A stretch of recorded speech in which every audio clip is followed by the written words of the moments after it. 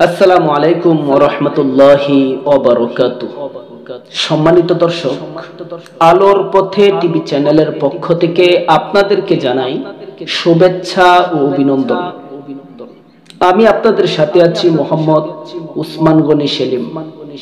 যে বিষয়টি আজকে আপনাদের সম্মুখে উপস্থাপন করব সেটি হলো বাংলাদেশে এখন বর্তমানে জাতিকে বিভিন্ন ভাবে মিথ্যা আরোপ করছে ইসলাম ব্যতীত অন্য দলগুলো। যেমন দেশ স্বাধীন হওয়ার ক্ষেত্রে ইসলাম ব্যতীত অন্য কোন দলের কোনো ভূমিকা ছিল না।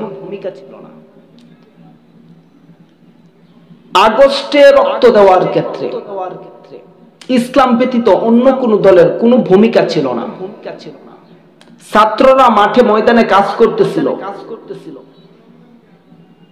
এক একটি ছাত্রের আন্দোলনের পরিপ্রেক্ষিতে তাদের আন্দোলনে সরকার ক্ষিপ্ত হয়ে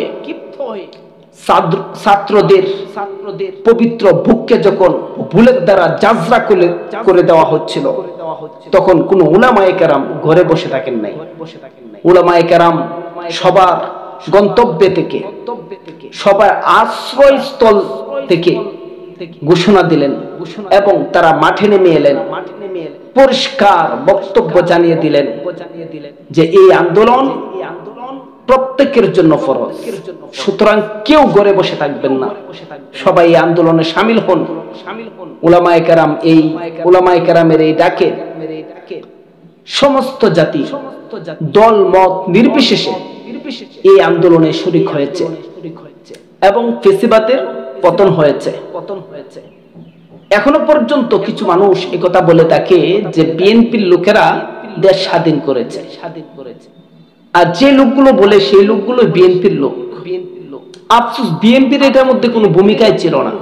আরে ভূমিকা থাকবে কেমনে? আমাদের ইসলামী দলের প্রত্যেকটি নেতা সম্মুখে থাকে, কর্মীরা পিছনে থাকে। আর বিএনপির যাকে রাষ্ট্রনায়ক হিসাবে সবাই সাপোর্ট করে, তারেক জিয়া, সে তারেক জিয়াই তো দেশে আসে না এখনো পর্যন্ত ভয়ে। তার কিসের ভয়? সৎ মানুষের কোনো ভয় নেই। ওরে ভয় নাই, তোর ভয় নাই, হাসিতে হাসিতে প্রাণ যা করিবে দান, ওরে ক্ষয় নাই, তোর ক্ষয় নাই। আপনারা বুঝার চেষ্টা করুন, আপনাদের বিবেকের কাছে আমি বিচার ছেড়ে দিলাম।